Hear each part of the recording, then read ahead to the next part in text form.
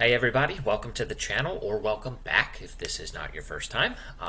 If this is helpful, and I hope you find a couple of nuggets from this, and there's one exciting thing I am going to share with you toward the end, so stick around. Make sure you like, subscribe, and turn on notifications. If you have any questions, plop them in the comments. I'll get to them ASAP. But where the heck are we? And if this is your first time seeing one of these market updates, we're going to talk about where we were, where we are, and where we're going, which is just my speculation. I don't have a crystal ball, but I do have opinions, and I will share them. So we have been in a crazy hot streak. Summer here in Ocean City usually cools down a bit in terms of volume, in terms of speed. People kind of pump the brakes a little.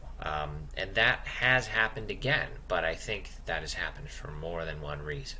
So let's go into a couple bullets here. So mortgage rates, still hovering around 3, a little bit below 3.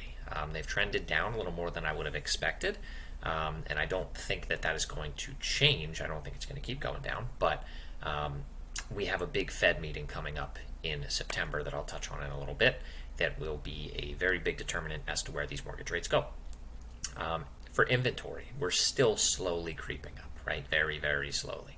Haven't hit 300 yet, but we were sub 200 for quite a while, and then slowly crept up to where we are now at about 280 properties active on the market. So that seems to be heading in the right direction as folks wrap up their summers and decide to move up or move on. Days on market still going down, but the big thing here that I want to touch on, is going to be a theme throughout, is going to be we're seeing differences between the condo market and the single family market that are pretty definitive. So let's dive right in to the numbers. So single family home prices, check this nice flattening happening here.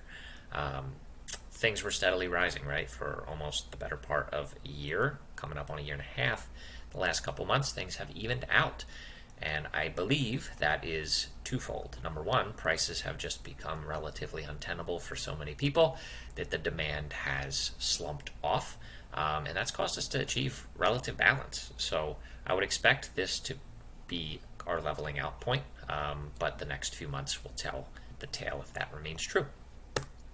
Days on market still steadily trending down. But again, those are starting to flatten out a little bit as well. These are 12-month averages, but I would expect to see that sloping, decreasing here in the next couple months. For condos, and again, here's the big change. So single families prices are flattening out. Condos are still growing at roughly the same pace month over month, year over year. So the demand here is still through the roof, and that's going to cause prices to continue on the trail that they have been until the demand isn't there anymore, and that just hasn't been the case yet.